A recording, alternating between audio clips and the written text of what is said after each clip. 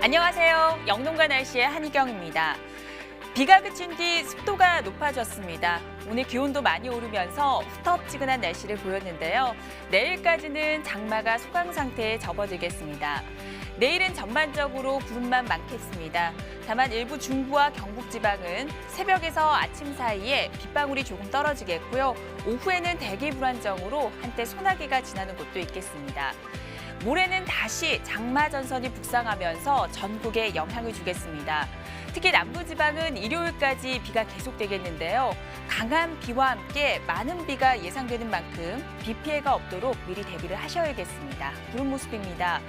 우리나라에 영향을 주던 비구름대는 대부분 동쪽 해상으로 물러갔습니다.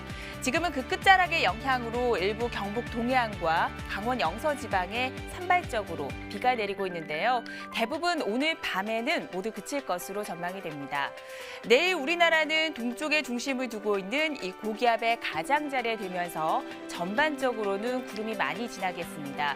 또 오후에는 한때 소나기가 지날 가능성이 있는 상태입니다. 아침 기온은 서울이 22도 등 전국이 20도 안팎으로 오늘과는 거의 비슷하게 출발하겠습니다.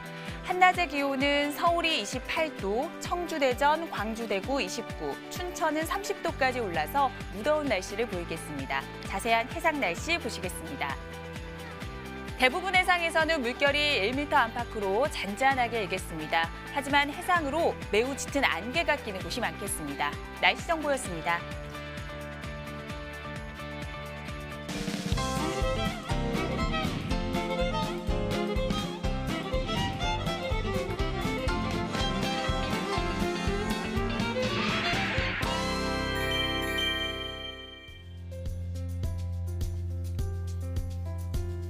날씨를 알면 농사가 보인다. 영농가 날씨 오늘은 MBS의 조영철 전문위원과 함께 이야기 나눠보도록 하겠습니다. 안녕하세요. 안녕하십니까. MBS 한국농업방송 조영철 위원입니다. 네, 오늘은 먼저 기상청의 국민참여관측 홈페이지를 통해서 각 지역 주민들께서 직접 보내주신 오늘의 날씨 풍경을 만나보도록 하겠습니다.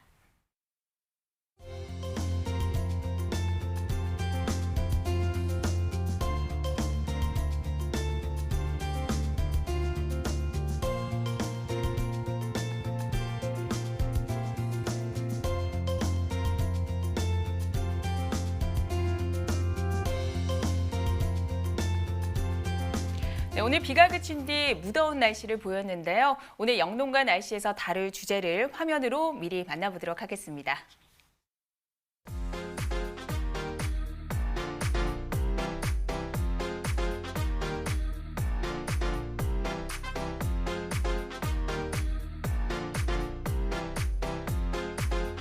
네, 오늘은 도시 농업에 대해서 이야기 나눠보려고 합니다.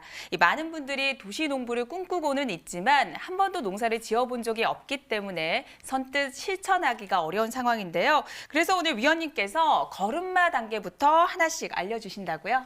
네, 그렇게 하겠습니다. 네. 우리가 보통 도시 농업을 생각하면요. 언뜻 주말에 싱그러운 밭에서 지인들과 함께 상추나 토마토를 이렇게 수확하는 아름다운 장면을 상상할 수 있게 되는데요. 사실 도시농업도 엄연한 농업의 하나다 보니까 할 일은 무척 많게 되고요. 특히 초보자의 경우에는 뜻대로 되지 않기 때문에 고생은 고생대로 하는 반면에 밭은 점점 황폐해지는 그런 경우가 종종 발생합니다. 그렇기 때문에 도시농업도 시작이 무척 중요하고요. 또 저희들은 오늘 도시농업을 시작부터 꼼꼼하게 말씀드리도록 하겠습니다. 네. 정말 현실적인 지적이셨는데요. 저도 도시 농업에 대해서 궁금한 점이 참 많습니다. 그럼 하나씩 풀어가 보도록 하겠습니다. 먼저 가장 중요한 것이 농사지을 땅이잖아요. 어떤 땅을 고르는 게 적합할까요? 사실은 문전옥답이라는 말도 있지만요. 도시농업의 가장 좋은 땅은 가까운 데 있는 땅입니다. 옛말에 우리의 농작물은 주인의 발소리를 듣고 자란다고 했거든요. 따라서 집에서 가까운 땅을 고르는 것이 먼저 좋고요. 그리고 나서 이런 땅을 구했다면 이번에는 햇볕이 잘 들고 물을 잘 관리할 수 있어서 농작물을 건강하게 자라는 그런 땅이 좋습니다. 거기서 조금 더 보탠다면요. 모래와 진흙이 적당히 섞여 있고 부식물 함량이 많으면서 양분과 수분을 잘 간직할 수 있는 그런 땅이라면 도시농업을 하기에 아주 적합한 땅입니다. 아, 그렇군요. 일단 집에서 가깝고 좋은 땅을 골랐습니다. 그럼 여기서 또 한 가지 갈등이 생겨요. 씨앗을 뿌릴 것인가, 모종을 심을 것인가, 어느 것이 좋을까 갈등이 생기는데 어떻습니까? 네, 씨앗을 뿌리는 것도 좋고 모종을 키우는 것도 좋은데요. 이것은 작물마다 다를 수도 있고 각각의 방법이 또 장단점이 있습니다. 그렇군요. 예를 들어서 씨앗을 뿌려서 키우게 되면 식물이 처음부터 자라는 것을 볼 수 있는 그런 즐거움도 있고요. 또 아이들과 같이 키운다면 교육적인 효과도 있을 수 있는데요. 반대로 이번에는 너무 재배 기간이 길어지니까 지루할 수도 있을 뿐만 네. 아니라 만약에 초보 농부시라면 실패 확률이 높아집니다. 예를 들어서 아이들과 같이 교육용으로 키웠는데 실패하게 되면 서로 곤란하잖아요. 그러네요. 그래서 아주 왕초보의 경우에는 차라리 모종으로 심는 것이 바람직한데요. 네. 작물에 따라서 씨앗 파종이 맞는 게 있고 또 모종으로 이식하는 게 맞는 게 있습니다. 그렇기 때문에 이것을 좀 설명을 드린다면요. 씨앗을 파종해서 키우는데 적합한 작물은 상추나 쑥갓, 시금치와 같은 잎채소, 또 콩과 같은 경우에는 씨앗 파종에 적합하고요. 고추나 가지, 토마토 등 열매 식물은 일반적으로 모종 이식 재배가 적합한 작물입니다. 네, 정말 이해가 쏙쏙 되는 것 같은데요. 이렇게 땅도 모종도 준비를 했습니다. 그렇다면 이 모종을 심는 시기도 상당히 중요할 것 같거든요. 지금 요즘 시기에 심을 만한 작물은 어떤 것들이 있을까요? 예, 농촌진흥청 국립원예특작과학원에서 이런 데 도움을 주기 위해서 만든 월별 모종 심기 달력을 보면서 설명해 드리겠습니다. 네. 그러면서 보시면 지금 현재가 6월 하순인데요. 6월 하순에 심을 수 있는 것은 부추와 상추, 쑥갓 그리고 토마토 정도가 지금 심기에 딱 좋고요. 네. 그리고 이제 가지나 고구마 또 고추와 옥수수는 7월까지 심을 수 있기 때문에 지금도 타당합니다. 좋습니다. 반면에 강낭콩이나 오이 같은 경우는 6월 중순에 재배하는 적기이기 때문에 이걸 계획하고 계신다면 다른 작물을 계획하시는 것이 바람직합니다. 그렇군요. 그럼 이제 어떻게 심느냐가 상당히 중요할 것 같은데요. 이 작물별로 배치하는 요령이 따로 있을 것 같은데요. 그렇습니다. 우리가 지금 도시농업에 대해서 얘기를 하고 있잖아요. 우리가 도시에 있다 보니까 땅값이 비싸고 네. 그러니까 대규모로 하기는 어렵고요. 그래서 5제곱미터 약 1평 반 정도 되는 소규모 크기의 텃밭을 기준으로 말씀을 드리는데요. 봄, 여름, 가을에 심을 수 있는 작물을 그림으로 설명을 드립니다. 1평 반짜리 도시농업 작물 배치의 예시인데요. 소규모 텃밭에서는 상추나 쑥갓, 아욱이나 근대같이 식물지의 크기가 작고 재배 기간이 짧은 것이 좋습니다. 또 작물을 선택할 때는 가능하면 가족회의를 통해서 민주적으로 결정하시는 것이 좋고요. 텃밭은 온실과 달라서 아무 때나 또 어디에나 심으면 안 됩니다. 계절과 그때 온도나 날씨 상태에 따라서 가꿀 채소를 선택해야 하는데요. 그렇기 때문에 텃밭을 가꾸기 전에 심을 채소의 특성을 알고 어느 시기에 어떤 채소를 심어야 할지 계획을 세우시는 것이 바람직합니다. 아마도 지금과 같이 도시농업에 관심을 갖고 계신 분들이라면 장마가 지난 다음에 시작할 수 있는 무나 고추, 배추, 시금치 등을 도전해 보는 것이 바람직합니다. 네, 작물은 가족회의를 통해서 꼭 결정하라는 말씀 기억하셔야겠습니다. 그런가 하면 지난 22일이었죠. 경상남도 창원에서는요. 도시농업 공동체 텃밭을 개장했습니다. 앞으로 전국 최대의 규모가 조성될 것이라고 하고 있는데요. 그럼 전화를 연결해서 자세한 소식 들어보도록 하겠습니다. 안녕하세요. 네, 안녕하세요. 창원시 농업기술센터에서 근무하는 최인미자라고 합니다. 네, 반갑습니다. 앞서 말씀드린 대로 이 창원시에서 전국 최대의 도시농업 공동체 텃밭이 조성될 예정이라고요? 네, 맞습니다. 올해는 먼저 1단계로 1층에 10,000제곱미터를 개장했습니다. 구자당 20제곱미터씩 구역을 나누어서 총 300구자를 조성했고 사회적 약자들에게는 무료로 분양하였고 또 일반 시민들에게는 구자당 3만 원씩 받고 분양하였는데요. 앞으로 2층, 3층을 연차적으로 개장해 나간다면 아마 전국 최대 규모의 도시농업 공동체 텃밭이 조성될 것으로 예상하고 있습니다. 네, 그렇다면 이렇게 큰 규모의 공동체 텃밭을 조성하게 된 특별한 이유가 어디에 있습니까? 현재 도시농업 공동체 텃밭이 조성된 이 지역은 창원의 신천동인데요. 인근 야산의 산사태 위험이 커서 2007년부터 2018년까지 약 10년 동안 자연재해 위험 지역으로 지정되어 있었던 곳입니다. 이 땅을 이용할 수 있는 방법을 찾다가 도시농업 혁신 프로젝트를 추진하게 되었고, 기존에 존재했던 각종 폐기물과 생활 쓰레기들을 깨끗하게 정리하고 도시농업 공동체 텃밭을 만들게 되었습니다. 네, 오히려 위험 지역을 도시농업을 위한 공간으로 재탄생하게 되는 셈이네요. 그렇다면 창원에서는 이를 통해서 어떤 효과를 기대하고 있습니까? 네, 우리 시는 전국 지자체 중에서 여름철 폭염 지수가 가장 높은 지자체 중에 하나인데요. 도심에서의 농업 활동으로 기후변화에 미미하게나마 대응할 수 있을 것 같고요. 도시농부들이 공동체 텃밭에서 이웃과 함께 소통하고 또 도시를 경제로서 도시환경 제어에도 기여하고 생태 도시의 미래를 일궈 나가는 데 도움을 줄 것 같습니다.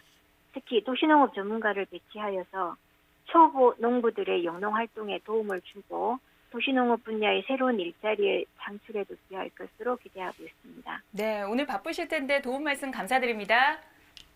네, 감사합니다. 네, 그럼 여기서 경상남도 창원의 반송동, 중앙동, 상남동의 내일 날씨와 함께 주간 날씨를 확인해 보도록 하겠습니다.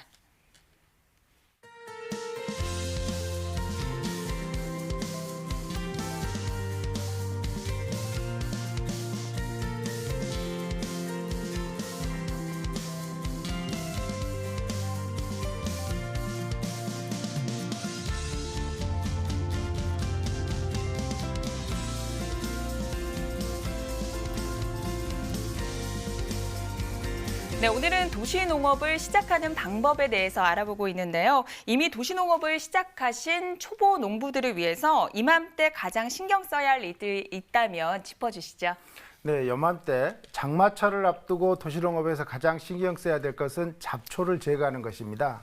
아마 이제 도시농업을 처음 시작하시는 분들은 말로만 듣던 잡초의 끈질긴 생명력을 아주 몸소 체험하고 있을 텐데요. 네. 그만큼 잡초 뽑기는 도시농업에서 굉장히 중요한 일입니다. 게다가 장마철에도 잡초는 더더욱 잘 자라는 특징이 있는데요.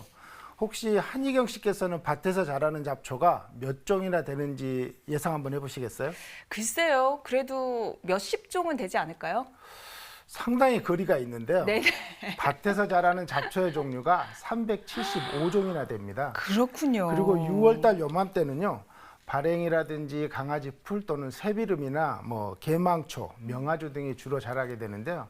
도시농업에서 잡초를 없애는 가장 좋은 방법은 아예 싹이 나지 않도록 방지하는 것이 가장 효과적입니다.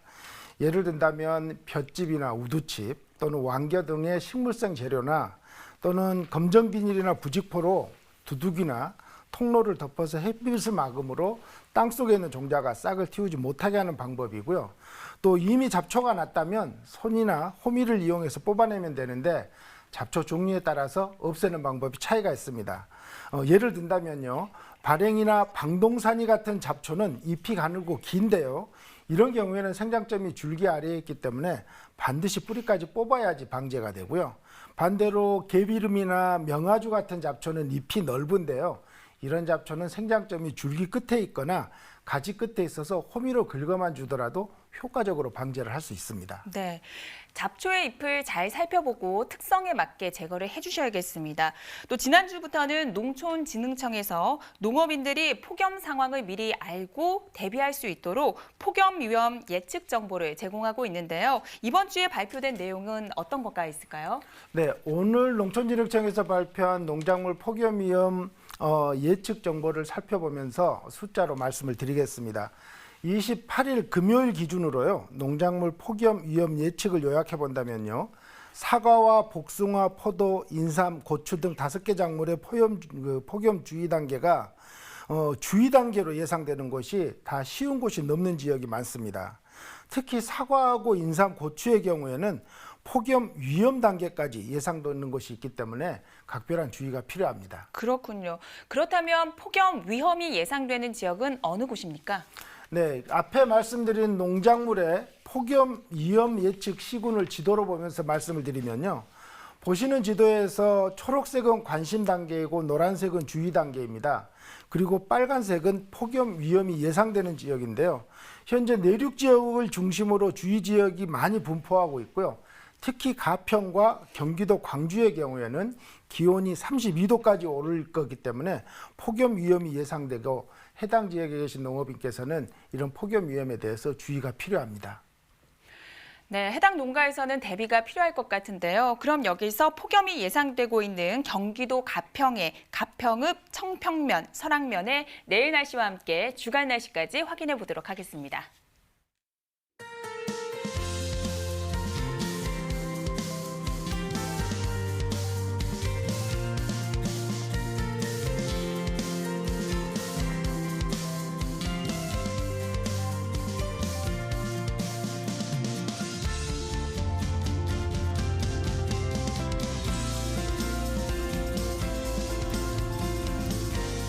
네, 이번에는 병해충에 관한 궁금증을 풀어보는 시간입니다. 오늘의 병해충 상담소 함께 만나보시죠.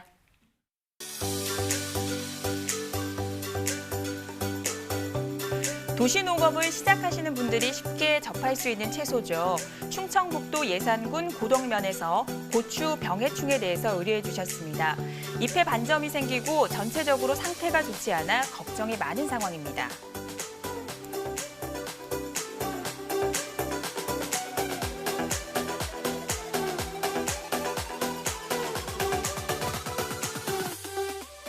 네, 고추 세균성 전문이병이라는 진단 소견이 나왔는데요. 어떤 병해인가요? 네, 사례와 같은 고추 세균성 전문이병은요, 고추의 잎이나 과실, 줄기에서 약 3mm 전후의 그런 부정형의 그런 반점이 생기는 병인데요. 이 병은 다른 말로 세균성 반점병이라고도 합니다. 이 병은 주로 잎에서 먼저 발생하게 되는데요. 잎에서 생긴 것들이 점점 커져서 잎에 구멍이 나고 나중에는 잎 전체가 갈색으로 변하면서 떨어지게 되는 피해를 주는데요.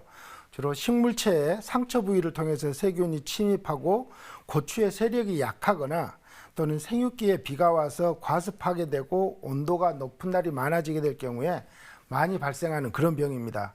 또 이 병이 발생하게 되면 작물 전체가 고사, 즉 말라 죽는 피해도 있기 때문에 주의하셔야 하는 병입니다. 네. 여름철에는 아무래도 기온이 높기 때문에 고추 농가에서는 걱정이 많으실 것 같은데요. 그럼 우리 지역의 날씨와 함께 병해충 현황을 분석해 주시죠. 네, 이 사례 지역이 충청남도 예산군 고덕면인데요. 이 지역을 기준으로 해서 14일부터 25일까지의 일평균 기온과 그리고 병해충 발생 상황을 보도록 하겠습니다. 회색의 경우에는 작년의 일평균 기온이고요. 파란색의 경우에는 금년의 일평균 기온입니다. 보시면 14일부터 25일까지 전반적으로 금년이 작년보다 낮은 온도로 경과되었고 다만 6월 19일만 1도 정도 높게 경과되었습니다만 전반적으로 온도로 봐서는 병해충에 큰 영향을 미치지 않은 것 같습니다. 그래서 그런지 지금 25일을 전후한 지금 병해충의 발생은 없는 걸로 그렇게 나타나고 있지만요. 사실은 고추는 요맘때 탄저병을 중심으로 해서 총체벌레라든지 또는 목화진딧물이 발생할 수 있는 그런 위험이 크기 때문에 지금 굉장히 관심을 가지고 병해충을 살펴주셔야 하는 시기입니다. 네, 오늘은 도시 농업을 시작하는 요령과 함께 이렇게 병해충 상담소까지 알아봤는데요. 오늘 방송 내용을 한 번 더 정리해 보도록 하겠습니다.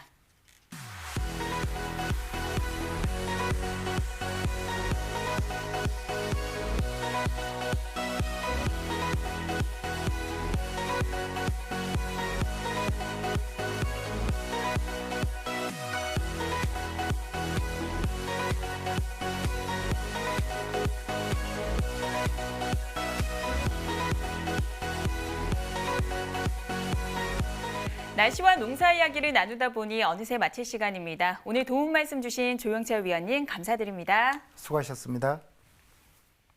내일은 잠시 장마가 쉬어가겠습니다. 주말에 또다시 비 소식이 있으니까요. 미리 대비하셔야겠습니다. 저희는 내일 저녁 8시 30분에 찾아뵙겠습니다. 고맙습니다.